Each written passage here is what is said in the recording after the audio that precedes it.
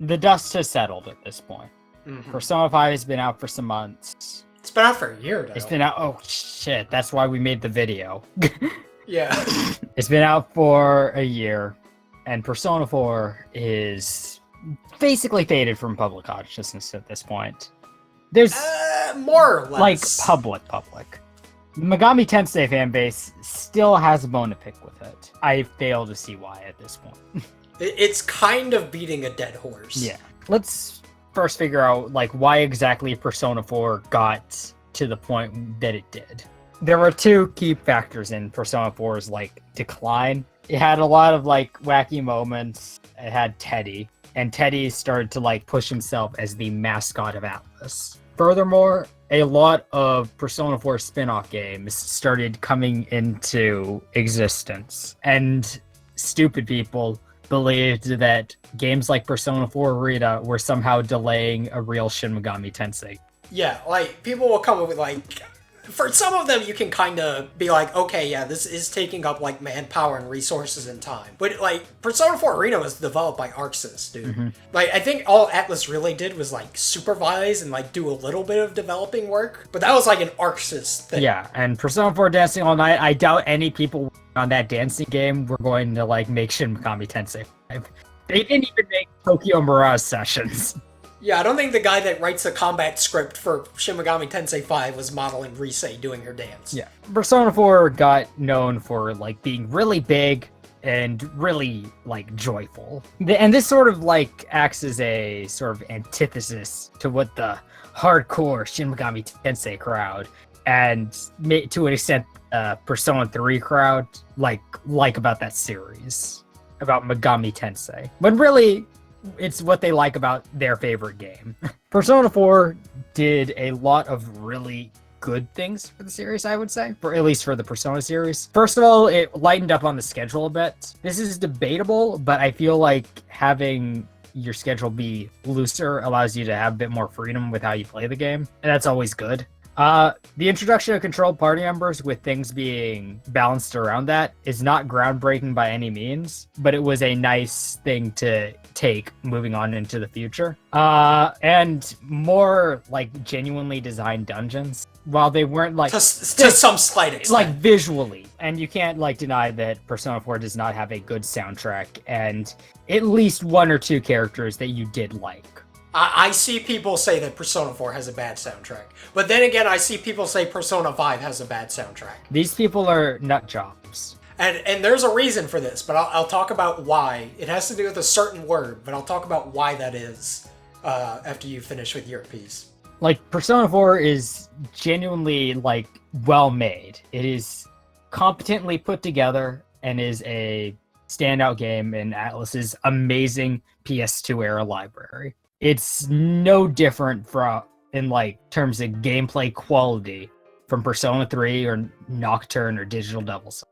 Yeah, like you may enjoy, I like Nocturne more because it has more complicated dungeons and like the demon shit and da-da-da. But that doesn't make Persona 4 like a bad video game. Like that's the shit that really gets on my nerves is when people are like, Persona 4 is an objectively bad video game. Because those people need to get a better metric of what a bad video game is. Dr. Jekyll and Mr. Hyde, that's a bad video game. Persona 4, good. I would spend a day playing that. Like, you don't finish bad video games. So what's your, like, accusation here? Okay, so I think this is, at the end of the day, what it all comes down to.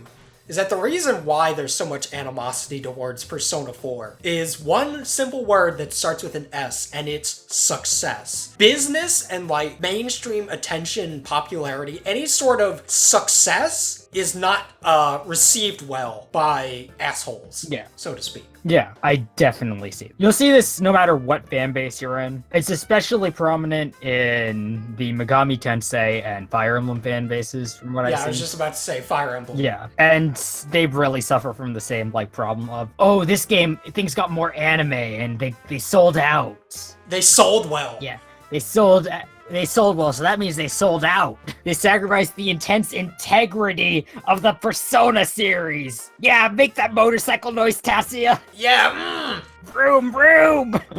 I can see that like success would cause like this hipster instinct in you. But Persona 4 is objectively no different. Like it's using the same engine, it's using it in the same way. And while there are some writing missteps here and there, like the fucking Namatame scene and Nanako. Yeah. That entire event, I would say objectively poorly written. Yeah. Like, that's dumb. Yeah, but it doesn't make it, like, a bad game. Nothing in Persona 4, I would say, is bad. So there's no reason to be too, like, upset about it. I think it's kind of more, like, the legacy of it that people are upset about. Because I understand the frustration, absolutely, of having to deal with, like, all those years of Persona 4 shit. Because I was in the heat of it, more or less. I got into, like, Persona, I think a little bit either after or before Arena came out. I think it was a little bit after. So I get the feeling of, like, okay, Persona Q, like, here's Persona Dancing, here's, like, Persona 4 Golden. Okay, where's Persona 5 now? But you gotta think about, like, what Atlas was actually doing during that time. Like, if Persona 4 sells well, they're going to use it to make more money, because at the end of the day, Atlas is a business. Yeah, they're a corporation, and they really don't care about your thoughts on, the artistic vision of ooh, Digital Devil Saga 2. They need to make another Digital Devil Saga and have it be a huge flop and get a lot of people fired. They gotta do that. They need to use Persona 4 as a buffer.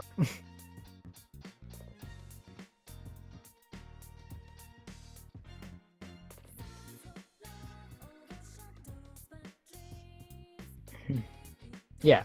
And Persona 4 was optimal for making spin-offs. Yeah. None of the main characters died. That's a big one right there. I would say you could compare Persona 4 success to Final Fantasy VII's to an extent, with all the spin-offs it got. I mean, Final Fantasy VII truly is the Persona 4 of Final Fantasy. Like, both of them blew up, and they got a lot of, like, cheap, like, cash-ins made for them. Like, but here's the thing. All the Final Fantasy VII spin-offs were really carefully written to involve as little characters as possible. Like, Dirge of Cerberus only really had Vincent and Kate Sith, and that's stupid. Persona 4 is in an optimal place. No one dies. Anyone who came close to dying, undied. Anyone can just be brought out at any point in time, and they can all be together as a group, and they can all hang out to have a dance party or have a fighting game tournament. They can do whatever they want. You can't do something like that for Persona 5 even, because you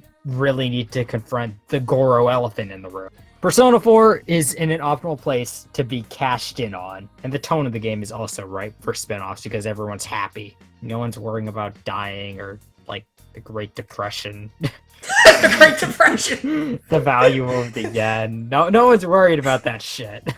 The older I get, the more I find kind of internet, like, culture and the way we perceive, I guess, the integrity of things. It really fascinates me, because I know that people's perception of things is based far more on general opinion than it is, like, what they really think, you know? It is actually impossible to play Final Fantasy VII or Ocarina of Time and not have the 100,000 thoughts of, this game sucks, no, it's still a masterpiece, no, it's overrated, don't even play it, Zelda was never good to begin with. Like, all those thoughts just buzz around in your head, right? And there's no way to separate that from the product. As much as we try, it's not something we're capable of doing, just how we are. And I guess that leads into another thing of, like, I've noticed this is a phenomenon. Shit will come and go in cycles of, this happened with Persona 5. This Persona 5 came out, and more or less everybody was like, yeah, this is great, this is an objectively good game. And as the months go on, we get more of that guy popping up being like, Persona 5,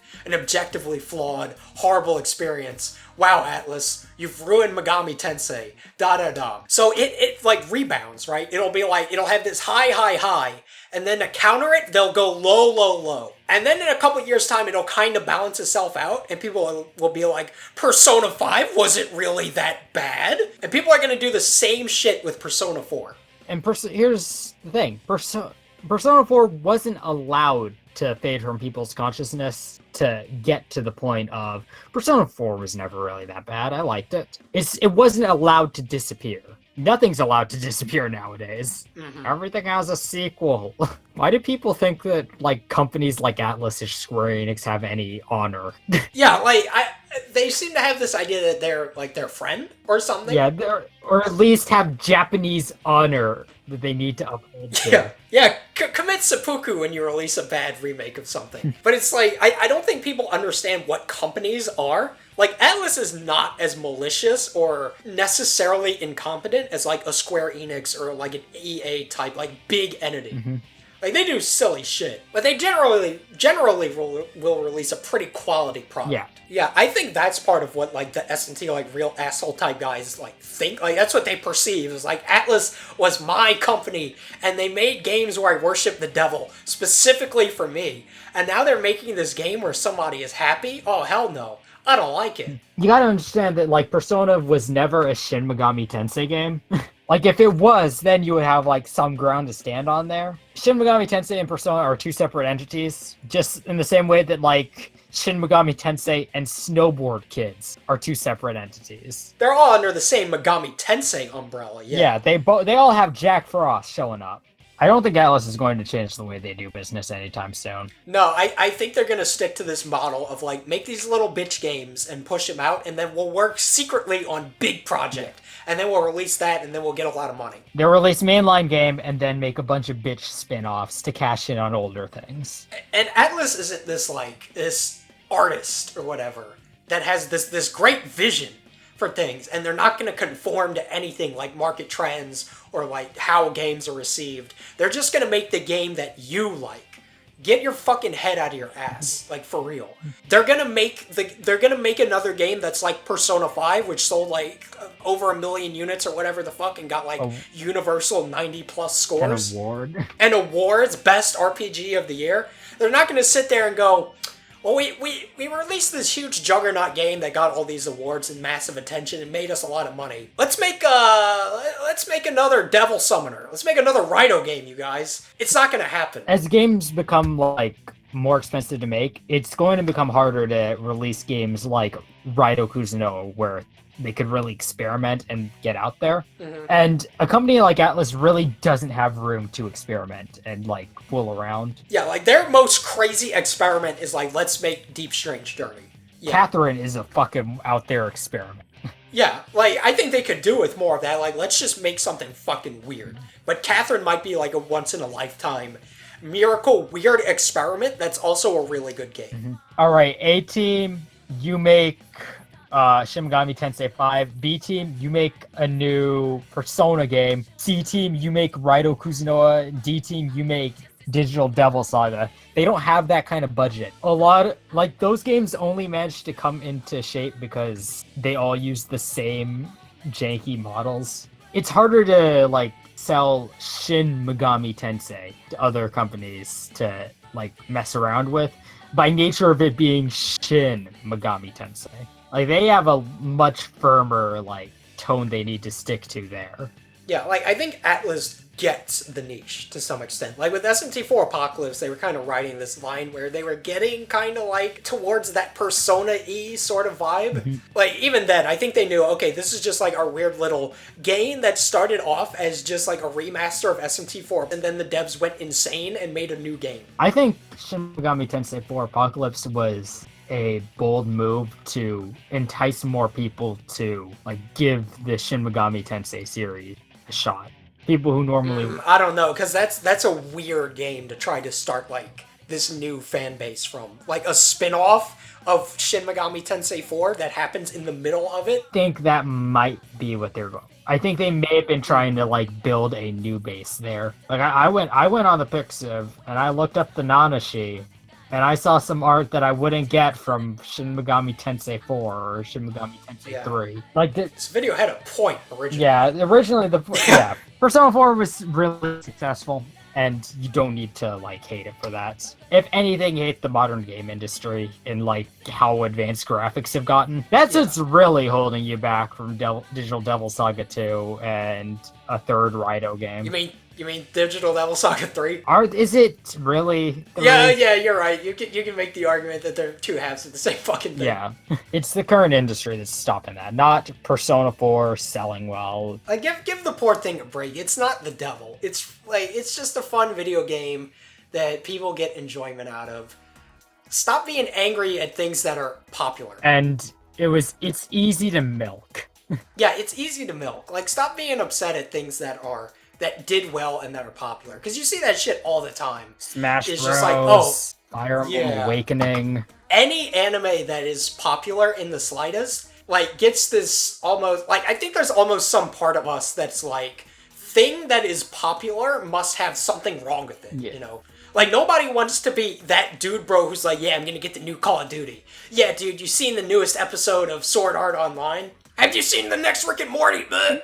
Like, I think there's some part of us that's like, we don't want to be that guy, and so to counteract it, we're like, oh yes, this is my game. Nobody has ever seen it or heard of it, and it did so poorly financially, it sank the company that made it. But this is my game.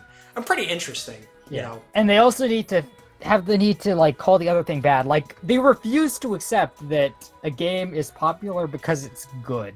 Yeah, that there are qualities to be found with it. Like, I'll see shit on Twitter like, just because something is popular, that does not, like, quality does not lead to popularity, or that anything that's popular doesn't necessarily have qualities that made it that way.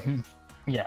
Like, I can see it to an extent with, like, YouTube-bait games. Like, that I can see all, like, yeah, you can say that's bad. Yeah, like, nobody's gonna sit there and say Goat Simulator is this incredible piece of art or something. Yeah. Maybe but there's definitely, like, something to be found there. Like, not art, but something. But, like, entertainment value. Yeah. Things get popular because they are genuinely entertaining to some large group of people. And if you're not part of that group, then you aren't part of that group. But if you're part of that group and just rebelling against the thing in your group that's the most popular, you're just being fucking stupid. Yeah, you're just being that guy who's like, hey guys, I've got a different opinion on Zelda Ocarina of Time. Like, really get over yourself. It's not cool to think, like, oh man, did you guys know Persona 4 isn't perfect? Like, yes, we're aware of that. We figured that out in 2008, friend. We really did. Yeah, I'm sure anyone who plays a game, while they won't initially think of the flaws, they will realize that their game was flawed in some way or another on, like, playthrough 2. But you gotta concede, you enjoyed your first time with that ride. Like, you weren't playing it, and you did not drop your controller like, look at this! It's actually terrible right here. On your first time playing. You were just along for the ride, and you're like, this is, Yeah, it's that afterwards. Like, I'll hear people that I can tell are lying that will be like, yeah, my first time playing Persona 4, I hated it. I played it in solitary confinement.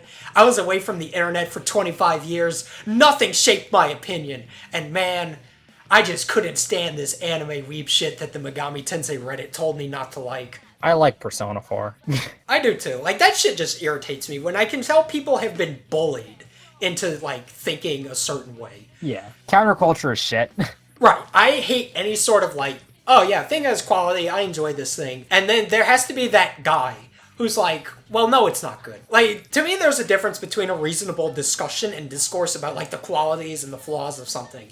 And that guy who just hates it because he, like, his brain is so wrapped up in this idea of, oh, this ruined this, and it was successful, and people talk about it, and I don't like it. Like, I'll never, ever understand the people that are like, yeah, I enjoyed this thing, but then seeing the way the community acted, it made my opinion of it lower. Like, how little self-belief in your own judgment do you have to, like, have? I could see not getting the hype at most. Yeah, I can see that. Like, I'll play something or watch something that people are like, yeah, this is really great, da-da-da, and I'll see them be like, I wasn't really crazy about it. But I'm not gonna go be that guy on every YouTube comment section who's like, this thing that people said was good, it was not! Yeah, you don't need to go into a discussion on something to say it's not. Yeah, and like, I don't like that guy who's trying to be the next revolutionary that's like, I'm gonna change the public perception of this. I'm gonna change the future. I'm gonna change the future. Like, I guess that's us to some weird extent, but I just hate this shit that's like Persona 5 will come out and somebody will make a review that's like, yeah, Persona 5, it's pretty good. And then 1 year later, we'll see Persona 5 from the same guy, deeply flawed, awful experience, a video essay. And then 3 years later, we'll see, was Persona 5 ever that bad? I want to see this guy's YouTube channel, but there are no videos in between those. Hey guys, it's Persona 5 Jim. here on my every couple years Persona 5 update on what the general consensus is and why I disagree with it. I love Persona 5 Jim. It's me, Persona 5 Jim. I'm dressed up as Tatsuya because fuck Persona 5. Like 1 month later, it's me, Persona 5. Hey guys, what's up? Dressed up as Futaba. Persona 5, pretty underrated gem. I don't know if you've heard of it. The next year, Persona 5 Jim, Yuna Arkami this time. Persona 4. Persona 4, underrated classic. Come Don't know back. if you've heard of it. Yeah, come on, man. Give us some more spin-offs. They were all great. Man, fuck counterculture. Good. Persona 4 is good. Yeah, it's good. Like, if you don't like it, that's fine.